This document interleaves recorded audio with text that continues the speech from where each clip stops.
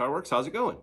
So I've got a really cool guitar here. This is a real 67 Rickenbacker 360, born in March of 67. Original owner guitar, has the original case, original strap, even the original cord that came with the guitar. The truss rod cover had never been off, and it pulled a little bit of the lacquer off, but it stuck to the headstock, so when I put it back on, it'll be fine. I've adjusted the truss rod to make this thing playable, and because it was really buzzy.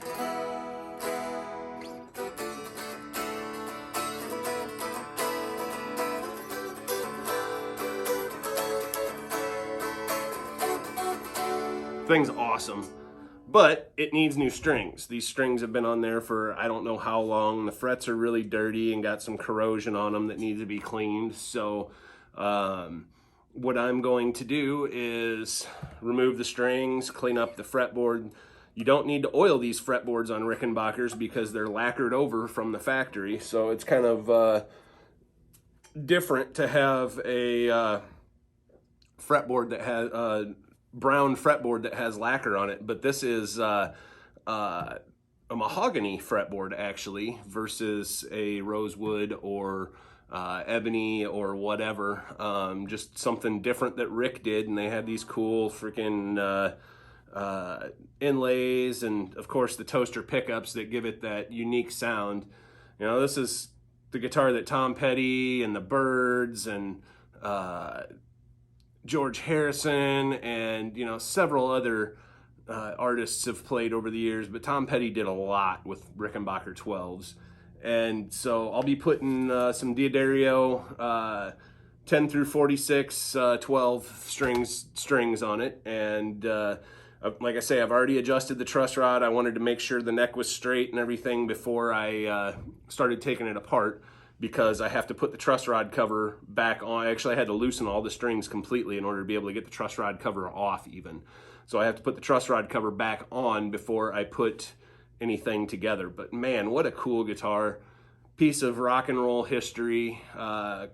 He told me that when he bought it new, back when, I think he said when he was in college, and you know, everybody back then wanted to start a Beatle kind of band, and play the Beatles and the Byrds and stuff like that. So, you know, he bought this, and then he kind of got away from playing for years, and now he's back into it and wants to do a tune-up on it. So anyway, I will get to removing the strings. These are kind of funky as to how Rickenbacker did it.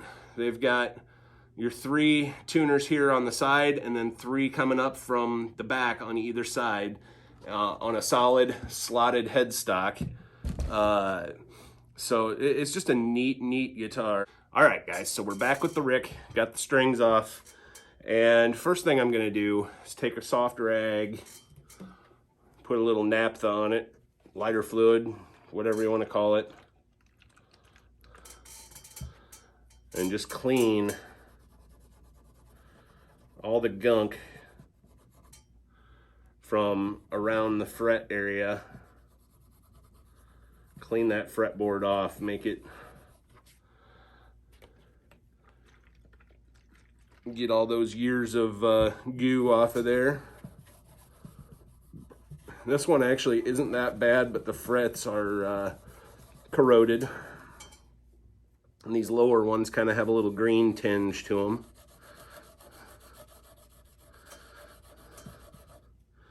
All right, so I don't know if you can see that on camera, but there's a pretty gray spot there from where the fret dirt was. So before I forget, I'm gonna go ahead and throw this truss rod cover on here. Line everything back up where it's supposed to be.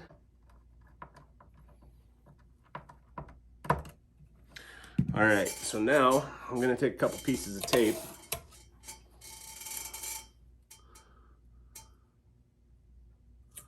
And I'm only going to show you how I do a couple here.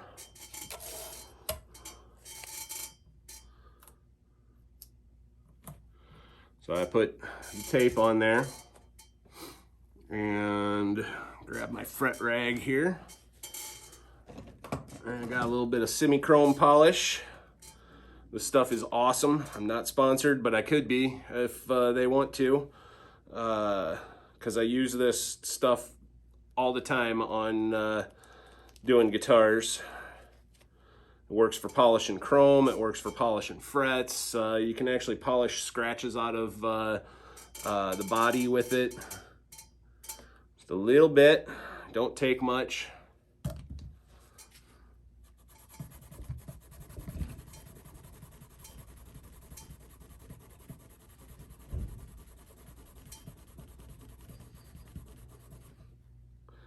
A little bit of polish. And it's shiny again. So now, move the tape down to the next one. Tape's expensive, so if you're not leveling frets, it's a good idea to reuse your tape as much as you can. That's way too much. That's enough for about 3 frets. You can see the dirt and the corrosion that comes off of them.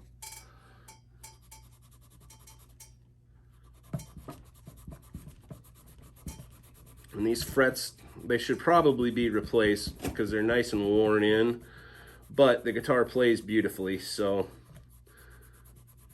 that'll be somewhere later down the line that happens. Shiny.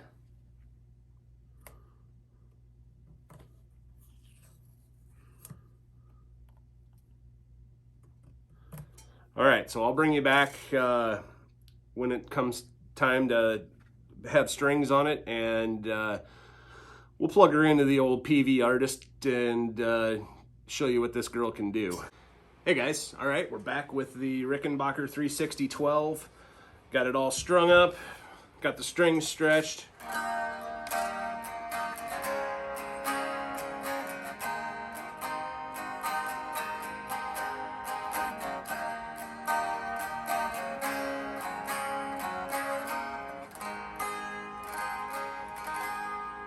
So the last thing I got to do is wipe this thing down, wipe my dirty fingerprints off of it.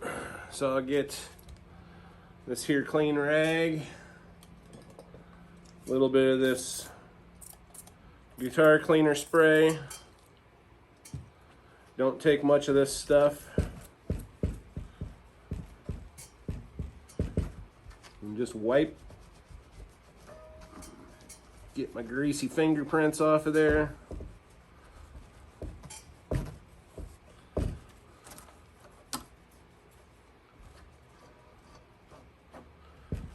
Cleaned off the pickups while I was in there. Got as much of the stuff off of them as I could. And dude, this guitar is just awesome. So I will bring you back. I'm going to go plug into the 74 PV Artist and kind of show you what this thing can do. Hey guys, one more thing. I just wanted to show you. This Rick is in the original case. Beautiful blue crushed velvet lined case, and it's even got the original paisley strap and cord that came with the guitar. So cool. Just tells the story of the guitar. Alright, so I'm back with the Rick, plugged into the PV Artist. Check this thing out.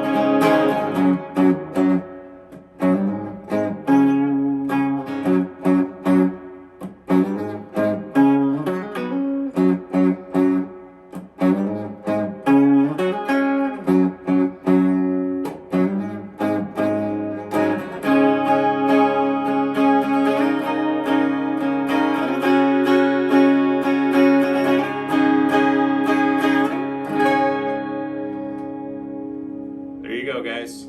Thanks for watching this little series. Have a good day.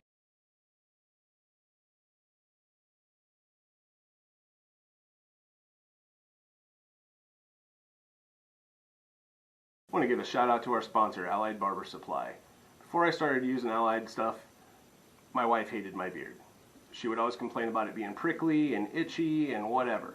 Now she loves it because it's soft, it's smooth, and it smells good too. All of his products are handmade right here in Davenport, Iowa. Check them out, Allied Barber Supply, 1513 Harrison Street, Davenport, Iowa.